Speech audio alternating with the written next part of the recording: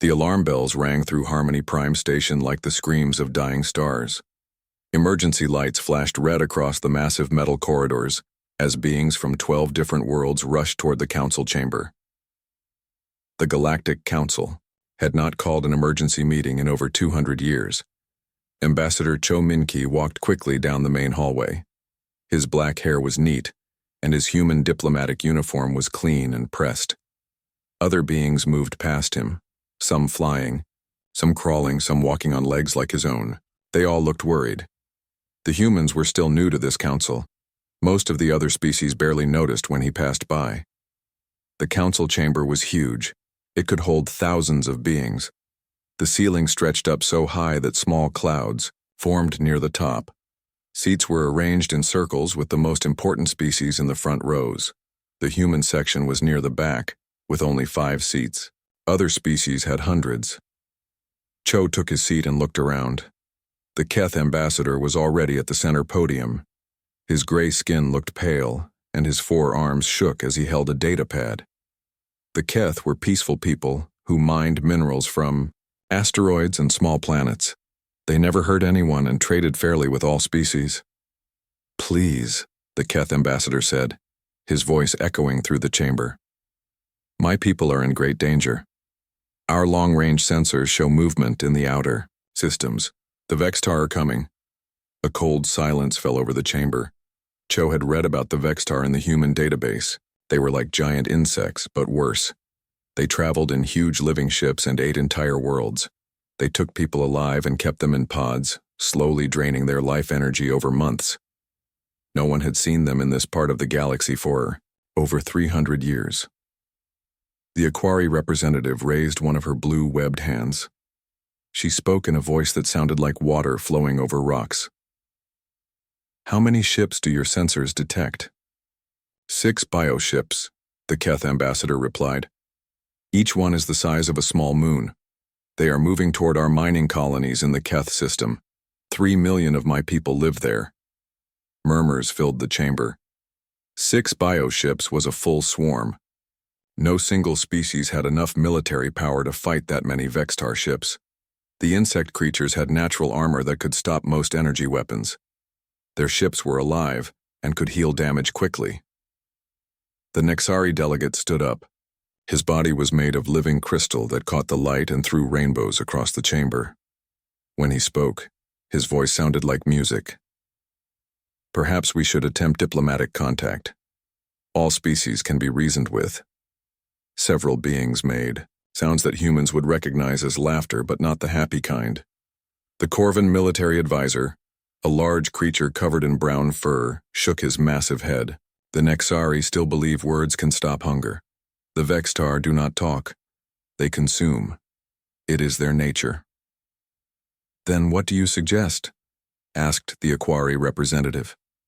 The Corvan pulled out a small computer and ran calculations. Numbers appeared in the air above the device.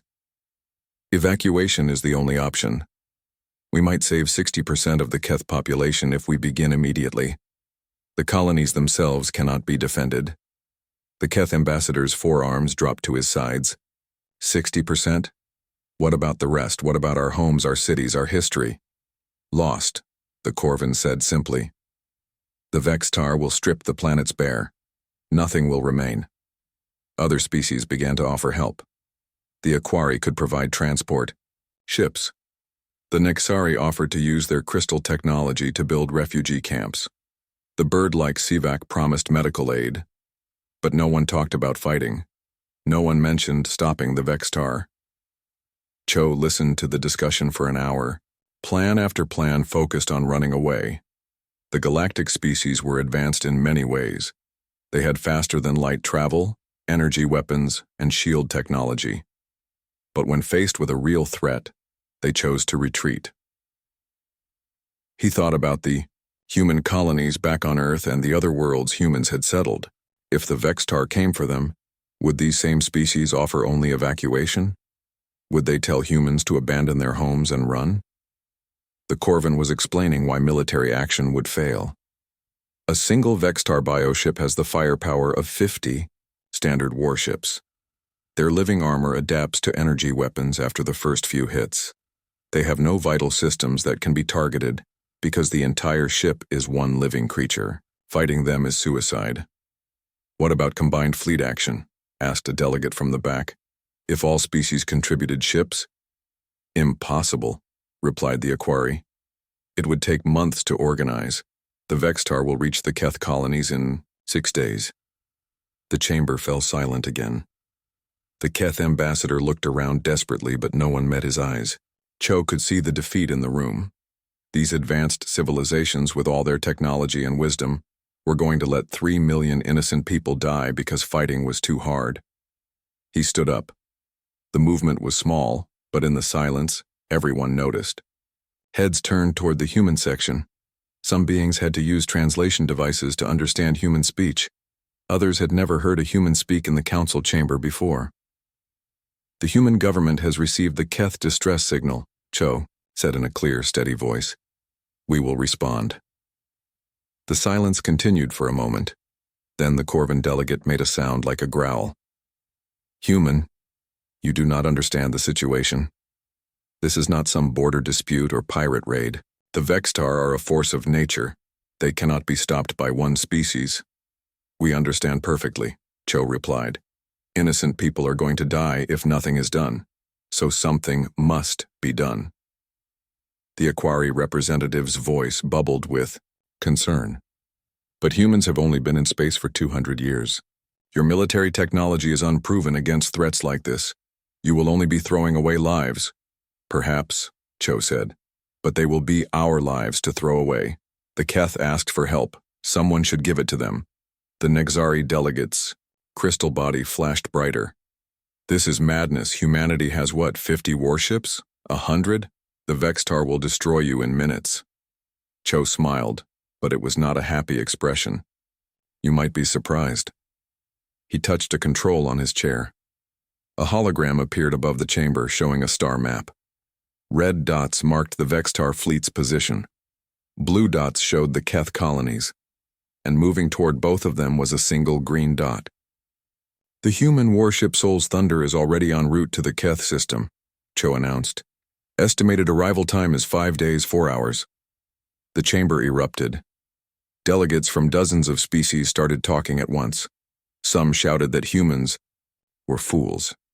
Others predicted disaster. A few quietly began making bets on how long the human ship would survive. The Corvan delegate's voice cut through the noise. 1 ship? You are sending 1 ship against 6 bioships? 1 ship, Cho confirmed. This is not bravery, the Equari said sadly. This is waste. Good people will die for nothing. Maybe, Cho said. Or maybe you will all learn something about humanity today. He gathered his papers and prepared to leave. The other delegates were still arguing among themselves. Plans for evacuation continued. But now they also included discussions about recovering human survivors after the Soul's Thunder was destroyed. As Cho walked toward the exit, the Keth ambassador caught up with him. The gray-skinned being's 4 arms reached out in a gesture of gratitude. Thank you, the Keth said simply. Even if your ship cannot save us, thank you for trying.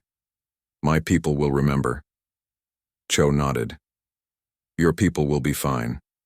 I have seen the Soul's Thunder's weapons tests. The Vextar are in for a surprise.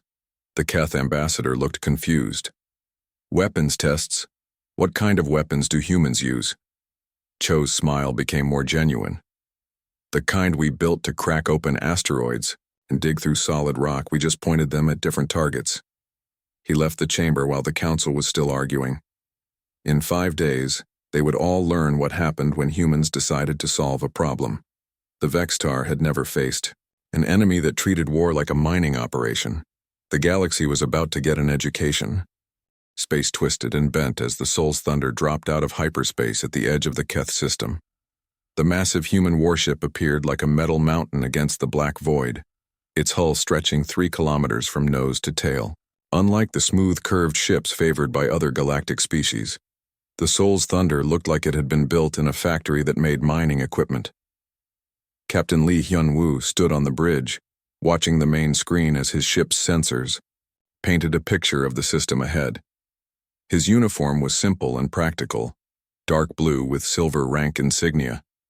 He had commanded mining vessels for 15 years before the military recruited him. The Soul's thunder felt familiar under his feet, because in many ways it was just a very large mining ship with bigger guns. "Sensor report," he said calmly. Commander Kim Tae-ho, his tactical officer, read from his display. 6 Vextar bioships confirmed, sir. Mass readings indicate each vessel is approximately 15 kilometers in diameter. They are positioned around the 3 mining colonies in standard harvest formation. Lee nodded. He had studied Vextar tactics during the long journey here. The creatures were efficient. They surrounded their targets, used bioelectric fields to disable electronic systems, then landed troops to collect living beings for their feeding pods.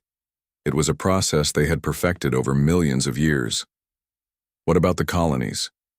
Lee asked. 2 are already dark, sir. No electronic signatures. The 3rd colony is still transmitting distress signals, but power levels are dropping. Kim paused, checking another readout. Estimated population remaining, 400,000. Keth civilians down from 3 million. The Vextar worked fast. Dr. Yoon Ji-hai looked up from her science station. She was the ship's xenobiologist, an expert in alien life forms. Her job was to understand how the enemy worked so they could be stopped more efficiently. "Captain, I'm detecting massive bioelectrical activity from all 6 bioships.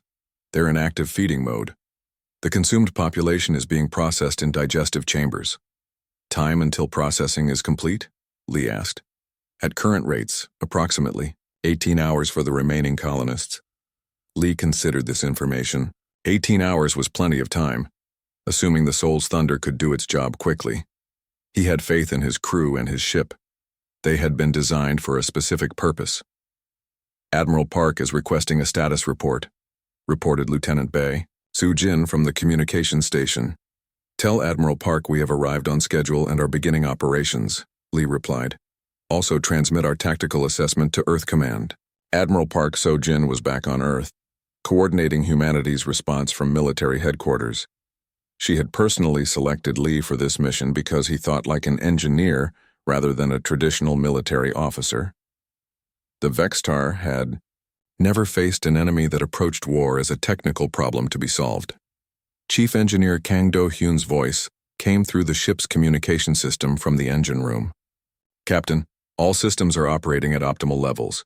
Power core is stable at 100%. All weapons platforms are ready for deployment." "Thank you, Chief. Begin charging the main batteries." The Soul's thunder was not just large, it was powerfully built. Its central power core was a fusion reactor originally designed to provide energy for asteroid mining operations. The same power that could melt through solid rock could also charge weapons that no other species had ever conceived of building. "Sir, I'm receiving communication attempts from several galactic observation posts," reported Lieutenant Bae. "They want to know our intentions." Lee almost smiled. The galaxy was watching, just as they had watched the council debates. They expected to witness the destruction of a single human ship by overwhelming alien forces. They would get a show, but not the one they were expecting. "Open a channel to all monitoring stations and the Vextar bioships," he ordered. "Channel open, sir." Lee stood straighter and spoke in the same calm tone he might use to report a successful mining operation. "This is Captain Lee Hyun-woo of the human warship Soul's Thunder. We are responding to the Keth distress signal. Vextar vessels, you will cease your operations immediately and withdraw from this system. This is your only warning." The response came quickly. It was not words, but a psychic scream that the ship's translators converted into meaning.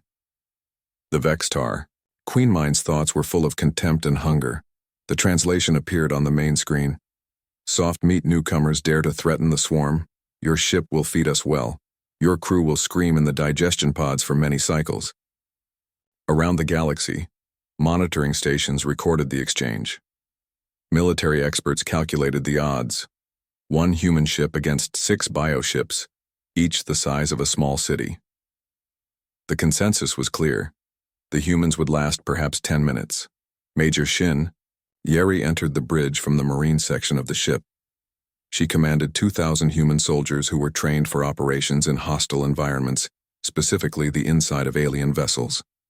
Her armor was black and functional, designed for cutting through metal walls and surviving in vacuum. "Marines are ready, sir," she reported. "All boarding pods are loaded and armed. Assault teams have reviewed the bioship schematics provided by Galactic Intelligence." "Understood, Major. Stand by for deployment orders." Lee turned back to the main screen. The Vextar bioships were beginning to move. Their living hulls pulsed with bioluminescent patterns, and tendrils hundreds of meters long writhed through space around them. They were beautiful in a horrible way, like deep-sea creatures that had grown to impossible size. Tactical begin. The approach. Standard mining formation. "Sir?" Kim looked confused. "Mining formation?" "You heard correctly, Commander. We approach these targets the same way we would approach a large asteroid cluster. Methodically, efficiently, and with the proper tools for the job." The Soul's thunder began moving toward the bioships at a steady pace. Not the cautious advance that military doctrine would recommend, but the direct approach a mining ship would use when it had work to do. The human vessel's sensors mapped every detail of the enemy ships, analyzing their structure and identifying weak points. "Captain," Dr. Yoon called out, "the bioships are reacting to our approach. I'm detecting increased neural activity. They seem confused by our behavior." "Explain." "Galactic military doctrine calls for maintaining distance and using long-range weapons. We're moving directly toward them. Their tactical programming doesn't have a response pattern for this kind of approach." Lee nodded. This was exactly what Earth Command had hoped for. Humanity's lack of traditional military thinking was an advantage. They had no doctrine to follow, so they made their own rules. "Sir, the bioships are launching interceptor organisms," Kim reported. "Thousands of them. They appear to be living fighter craft." Lee watched the cloud of organic shapes swarming toward his ship. Each interceptor was about the size of a human fighter, but they moved like animals, twisting and diving in patterns. That would make most pilots sick. "Launch mining drones," he ordered. "Sir?" Lieutenant Bay sounded uncertain. "You heard the order. Launch all mining drones, combat configuration." The Soul's thunder opened dozens of launch bays and released a swarm of small craft. They looked nothing like traditional fighters. They were simple, boxy vehicles designed to carry industrial equipment into dangerous areas. But the equipment they carried today was different from usual. Each mining drone was armed with plasma-cutting tools, explosive charges, and a small but powerful computer that could identify and target structural weak points. In asteroid mining, they were used to break apart large rocks efficiently. Today, they would break apart something else. The two swarms met in the space between the ships. The Vextar interceptors attacked with bioelectric weapons and razor-sharp claws. The human drones responded with precision-cutting beams and shaped charges. It was not elegant combat. It was systematic destruction. "Drone efficiency report," Lee requested. 87% kill ratio, sir," Kim replied, sounding amazed. "The Vextar interceptors can't adapt to industrial cutting tools. Their bioarmor is designed to resist energy weapons, not plasma torches." Lee allowed himself a small smile. The mining drones were doing exactly what they were designed to do: cut through hard materials quickly and efficiently. The fact that some of those materials were alive was irrelevant. "Sir, the bioships are accelerating toward us," Dr. Yoon reported. "I think we've made them angry." "Good. Angry enemies make mistakes. All stations, prepare for engagement. Remember, we're not fighting a battle here. We're conducting a salvage operation." Around the galaxy, observers watched in amazement as the lone human ship continued its steady approach toward 6 massive alien vessels. Military experts began revising their predictions. Maybe the humans would last 15 minutes instead of 10. They had no idea what they were about to witness. The Soul's thunder plunged directly into the center of the Vextar formation, ignoring every rule of space combat that the galaxy had developed over thousands of years. The massive human ship moved like a mining vessel approaching an asteroid field, steady, purposeful, and completely unafraid of getting close to dangerous objects. Captain Lee Hyun-woo watched the tactical display as his ship entered weapons range. The 6 bioships surrounded them now, each one 15 times larger than the Soul's thunder. Their living hulls pulsed with angry red light, and massive tentacles reached out like the arms of sea creatures trying to grab prey. "All weapons platforms, this is your captain," Lee announced over the ship's communication system. "Target the largest bioship first. Treat it like a Class 7 asteroid. Dense core, thick outer shell, structural weak points at the major joints. Begin mining operations." The Soul's Thunder opened fire with weapons that the galaxy had never seen before. Railgun batteries along the ship's sides launched tungsten rods at incredible speeds. The projectiles moved so fast they became streaks of light, hitting the bioship's living armor with the force of small meteors. Lieutenant Bei Su-jin coordinated the weapons from her station. She had been trained to operate mining equipment, not military hardware, but the principles were the same. "Railgun impact successful, sir. We've penetrated the outer shell in 17 locations. Structural damage confirmed." The bioship shuddered as the tungsten rods punched through its armor like bullets through paper. Bioelectric discharges flickered along the creature's hull as its nervous system tried to process what was happening to it. No enemy had ever hurt it this badly this quickly. "Launch penetrator missiles," Lee ordered. The Soul's Thunder fired, a salvo of missiles that looked nothing like traditional space weapons. They were mining charges designed to burrow into solid rock before exploding.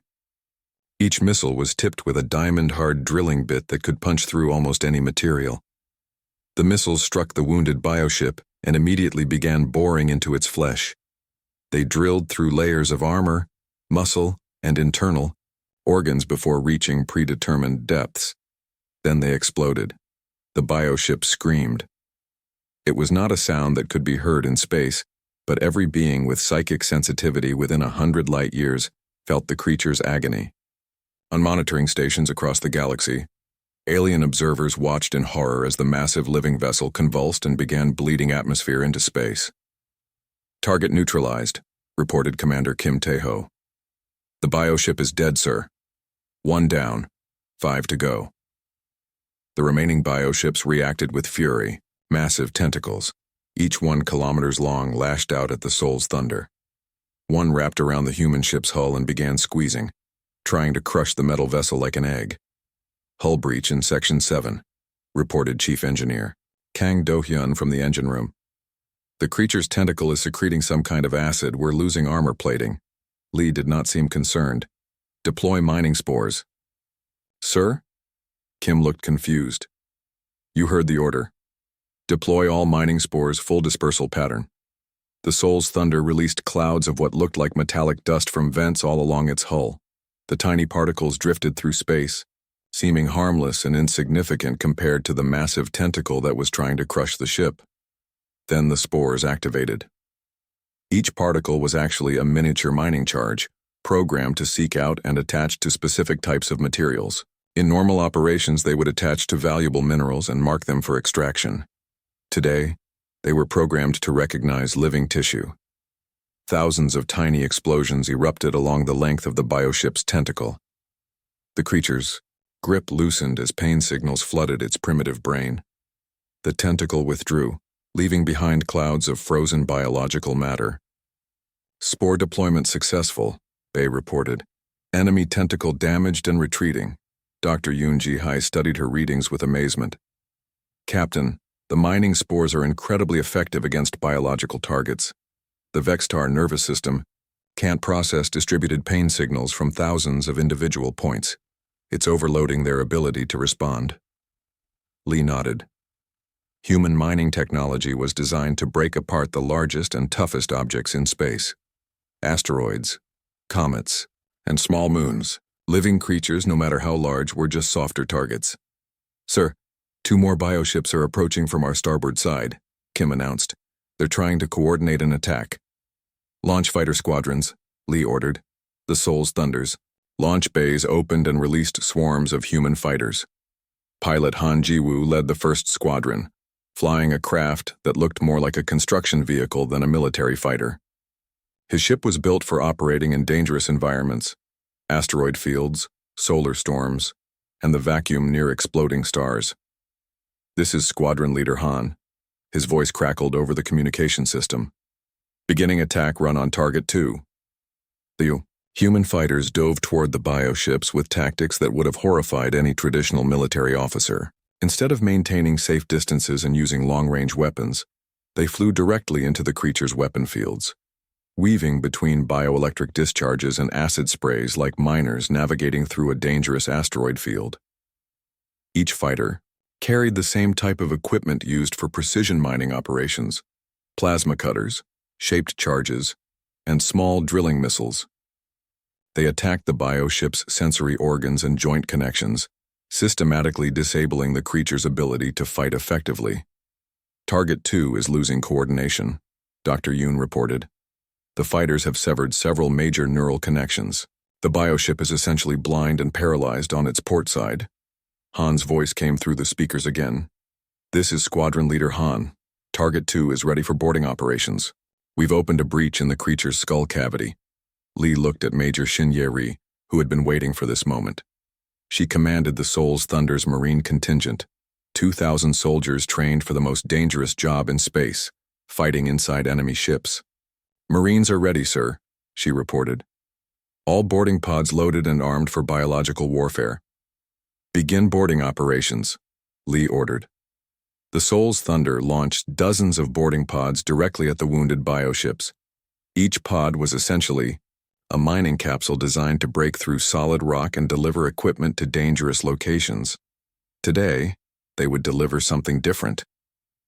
The pods struck the bioship's hulls and immediately began drilling through the living armor. Diamond-tipped boring heads carved through layers of tissue while the pod's occupants prepared for the most unusual combat mission in galactic history. Major Shin led the first boarding party through a hole that her pod had carved in the bioship's skull. The interior was like a nightmare: pulsing walls covered in acidic slime, passages that breathed and moved, and air that smelled of decay and digestion. This is Team Alpha, she reported over her suit's communication system. We're inside the target, beginning search for the creature's brain center. Her soldiers moved through the bioship's interior with the same systematic approach they would use to explore a dangerous mine. They carried industrial equipment, plasma cutters, explosive charges, and protective suits designed to operate in the most hostile environments. The bioship's immune system tried to stop them.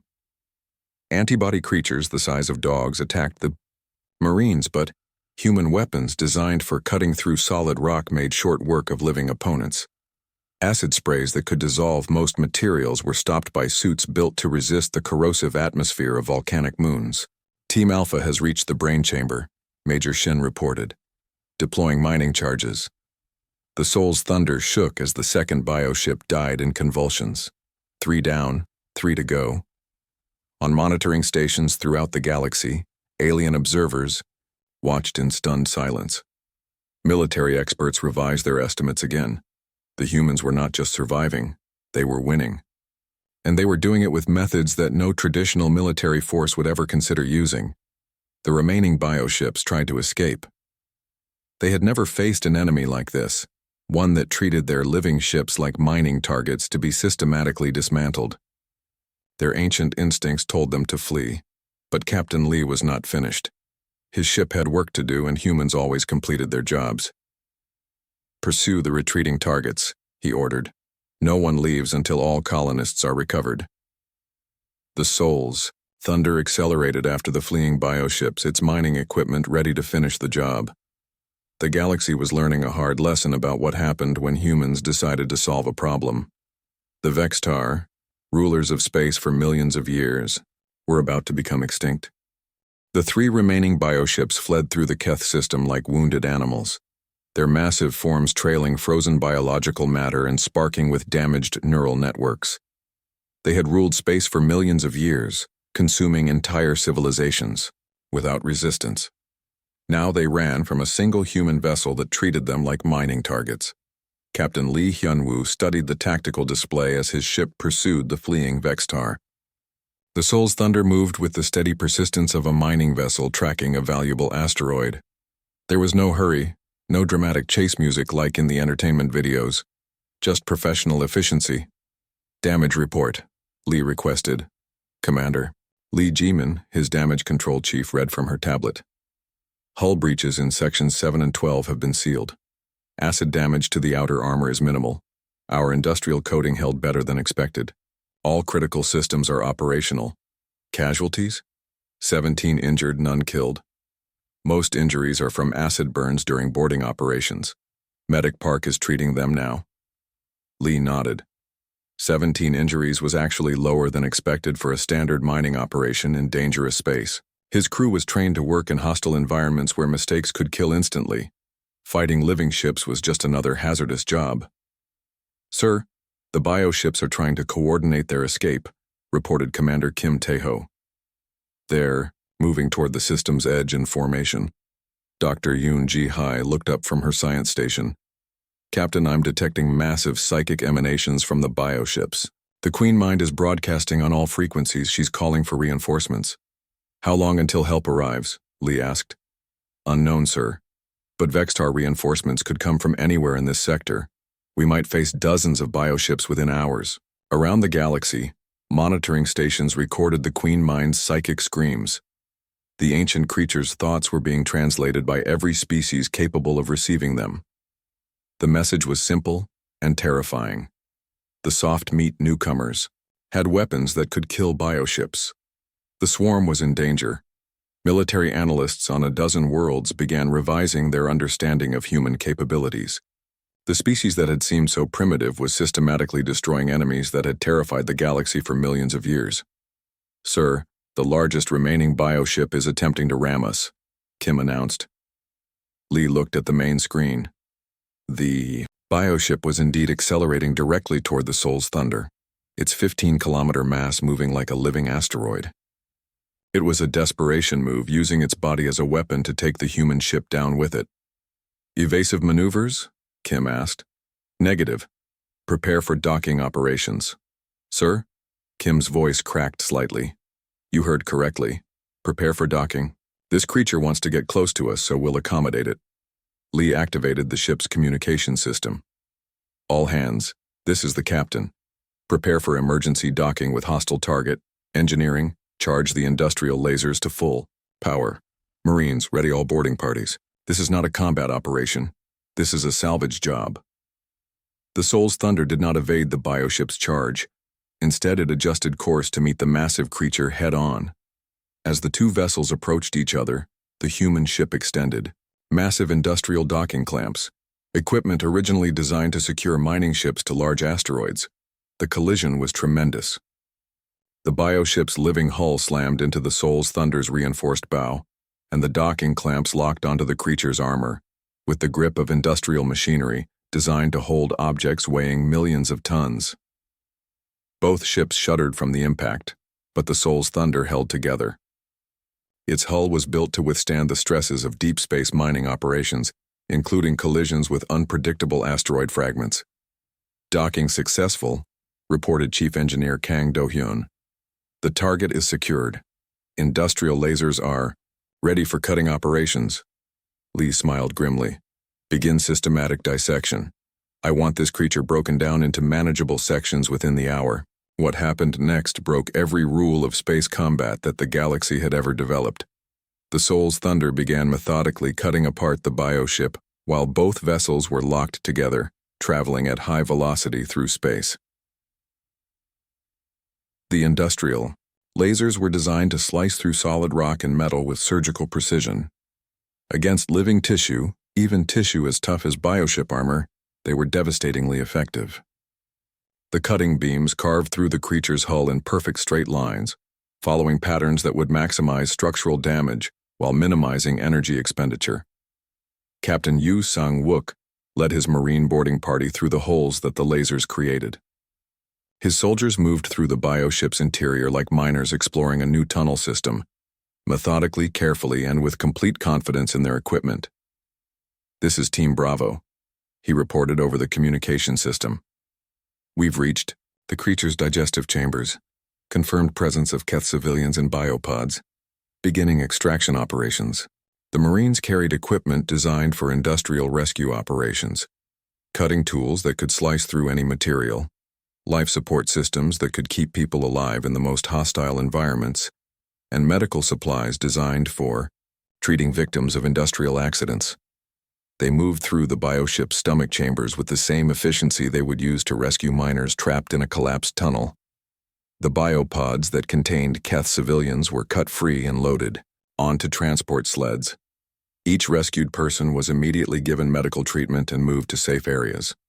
"Sir, we've rescued approximately 40,000 civilians from this bioship," Major Shin reported from another section of the creature.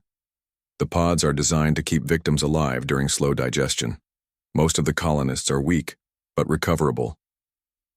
"Understood. Major, continue extraction operations." Meanwhile, the Soul's Thunder's weapons continued their systematic destruction of the bioship's vital systems. Railgun rounds punched through neural clusters. Mining charges exploded in the creature's brain centers. Industrial acids dissolved the connections between major organs.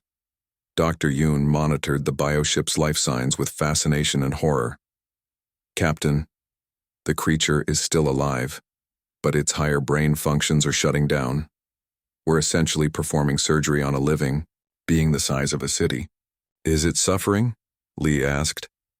"Unknown, sir. Its nervous system is so different from anything we understand, but its psychic emanations have changed from anger to something that might be fear." Lee considered this. He had no desire to cause unnecessary pain, but his mission was clear: rescue the colonists and eliminate the threat. The most efficient way to accomplish both goals was to continue the dissection. "Sir, the other two bioships have stopped running," Kim reported. "They're turning back toward us." Lee looked at the tactical display. The remaining bioships were indeed reversing course, moving toward the Soul's Thunder and their dying sister, creature. Their approach was different now. Not the confident advance of predators, but the desperate charge of animals trying to protect their pack. "They're coming to rescue the Queen Mind," Dr. Yoon explained. "The bioship we're dissecting contains the primary intelligence that controls the entire swarm. Without her, the other creatures will become confused and helpless." "How long until they arrive?" Lee asked. 12 minutes at current speed." Lee looked around his bridge. His crew was calm and focused, treating this situation like any other dangerous job. They had work to finish and other ships trying to stop them from finishing it. It was a common problem in the mining industry. "All stations prepare for final operations," he announced. "We have 12 minutes to complete salvage of this target and prepare for the next phase of mining operations. Engineering, prepare the primary demolition charge. We're going to crack this asteroid open the fast way." Around the galaxy, observers watched in amazement as the human ship prepared to destroy a 15-kilometer bioship from the inside, while two more giant creatures raced to stop them. Military experts calculated that no crew could accomplish such a task in the time available. They had never seen humans work under pressure before. The Soul's Thunder had 12 minutes to finish its job. For a species that built cities in asteroid, fields and mined resources from the hearts of dying stars, 12 minutes was plenty of time. The Queen Mind died with a psychic scream that echoed across the galaxy. Every being capable of receiving telepathic signals felt the ancient creature's final moments: confusion, pain, and something that no Vextar had ever experienced before: the knowledge that they could be defeated. Captain Lee Hyunwoo felt the ship shudder as the primary demolition charge detonated deep inside the bioship's core. The Soul's Thunder's industrial explosive, designed to crack open large asteroids, tore through the creature's vital organs like a mining blast through solid rock. The 15-kilometer bioship convulsed once and went still. "Target eliminated," reported Commander Kim Tae-ho. "The Queen Mind's life signs have ceased." "Casualty report," Lee requested. "All boarding parties safely extracted," Major Shin announced. "Total rescued, 87,000 Keth civilians. Medical teams are treating them now. No human casualties during the final operation." Lee nodded with satisfaction. The job was nearly complete, but two bioships were still approaching. He could see them on the main display. Massive living vessels moving with desperate speed toward their dead queen. Their bioluminescent patterns had changed from the confident pulses of predators to the chaotic flashing of panicked animals. "Sir, the approaching bioships are broadcasting," Lieutenant Bay reported. "It's not the usual psychic emanations. They're trying to communicate using standard galactic frequencies." "Put it on speakers." The voice that came through the translation system was nothing like the arrogant contempt the Vextar had shown before. It was high-pitched, almost pleading. "Soft meat ship, we offer truce. The Queen Mind is dead, we cannot function without her guidance. We will leave this system and never return." Dr. Yoon looked up from her science station. "Captain, the bioships are telling the truth. Without the Queen Mind's psychic control, they're essentially large, confused animals. Their higher brain functions are shutting down." Lee considered this information. The mission was to rescue the Keth colonists and eliminate the Vextar threat. The colonists were safe, and the threat was ending. But 2 bioships still contained thousands of imprisoned beings from previous raids on other worlds. "How many life forms are aboard those ships?" he asked. Dr. Yoon ran a scan. "Difficult to determine precisely, but sensors indicate approximately 200,000 beings in biopods, multiple species from various worlds across this sector of the galaxy." 200,000 people, more than twice the population that had been threatened on the Keth colonies. Lee made his decision. "Open a channel to the bioships," he ordered. "Channel open, sir." Lee spoke in the same calm tone he had used throughout the battle. "Vextar vessels, this is Captain Lee. You will immediately cease all biological processes affecting your prisoners. You will then maintain position while we extract all living beings from your ships. Failure to comply will result in your destruction." The response came quickly. "We cannot stop the feeding processes without the Queen Mind's control. The biopods operate automatically. Your soft meat creatures will die if you attempt extraction." Lee turned to Dr. Yoon. "Is that accurate?" "Partially, sir. The biopods are designed to keep victims alive during slow digestion, but they're controlled by the bioship's nervous systems. Without proper coordination, the life support systems could fail." "Can we extract the prisoner safely?" "Not with conventional methods, but—" Dr. Yoon paused, checking her readings. "Captain, our industrial life support systems are designed for emergency rescues in hostile environments. If we could dock with the bioships and connect our equipment directly to their biopods, we might be able to bypass their failing nervous systems." Chief Engineer Kang's voice came through the communication system from the engine room. "Sir, I've been analyzing the bioship's structure. Their docking ports are completely incompatible with our equipment. We'd have to cut our way in and create new connections." "How long?" Lee asked. "For both ships, working simultaneously?" "Approximately 6 hours of cutting and installation work. We'd need to keep the bioship's life support system stable while we extract the prisoners." Lee looked around his bridge. 6 hours of delicate work while keeping 2 massive alien creatures alive was not a standard mining operation, but his crew had already proven they could handle unusual challenges. "Begin preparation for dual docking operations," he ordered. "We're going to perform the largest rescue operation in galactic history." What happened over the next 6 hours became legendary throughout the galaxy. The Soul's Thunder docked with both remaining bioships simultaneously, using industrial clamps to hold all 3 vessels together in a massive connected structure. Human engineers cut precise holes in the creatures' hulls and installed life support equipment that kept the failing biological systems operational. Marines moved through the bioship's interior chambers like miners exploring dangerous tunnels, systematically locating and extracting every imprisoned being they could find. The work was slow, dangerous, and required perfect coordination between dozens of teams operating in hostile environments. Captain Yu led extraction teams through the creature's digestive chambers, using industrial cutting tools to free prisoners who had been trapped for months or years. Medic Park and her team worked constantly to treat beings from species they had never encountered before, using human medical equipment to save alien lives. Throughout the operation, the bioships themselves remained helpless. Without the Queen Mind's psychic control, they could only drift through space like enormous wounded animals, completely dependent on human technology to keep their vital systems functioning. Final extraction complete, Major Shin reported after 6 hours of continuous work. Total rescued 197,000 beings from 43 different species. All prisoners are accounted for and receiving medical treatment. Lee felt a moment of pride in his crew's professionalism. They had treated this massive rescue operation with the same systematic efficiency They would apply to any industrial challenge. What? About the bioships? He asked Dr. Yoon.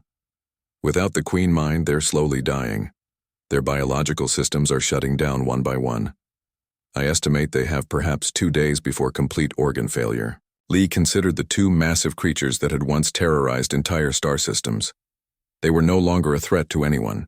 In fact, they were probably the last of their species, ancient predators made obsolete by a universe that had learned to fight back. Can they be saved? He asked. Dr. Yoon looked surprised by the question. Theoretically, yes. Their basic biological functions could be maintained with artificial life support, but they would never be intelligent again. They'd be like very large pets. Contact the Galactic Council, Lee ordered. Tell them we have 2 bioships available for scientific study, if any species wants to learn about Vextar biology. Otherwise, we'll let them die naturally.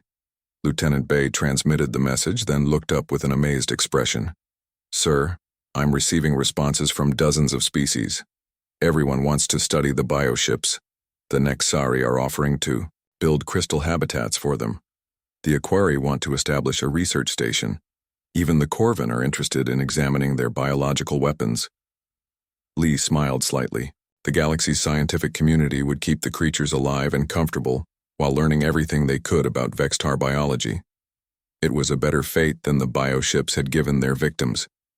Sir, Admiral Park is requesting a full report, Lieutenant Bay announced. Lee activated the long-range communication system. Admiral Park's image appeared on the main screen, transmitted from Earth Command headquarters. She looked as calm and professional as always, but Lee could see satisfaction in her eyes. Mission accomplished, Admiral, he reported.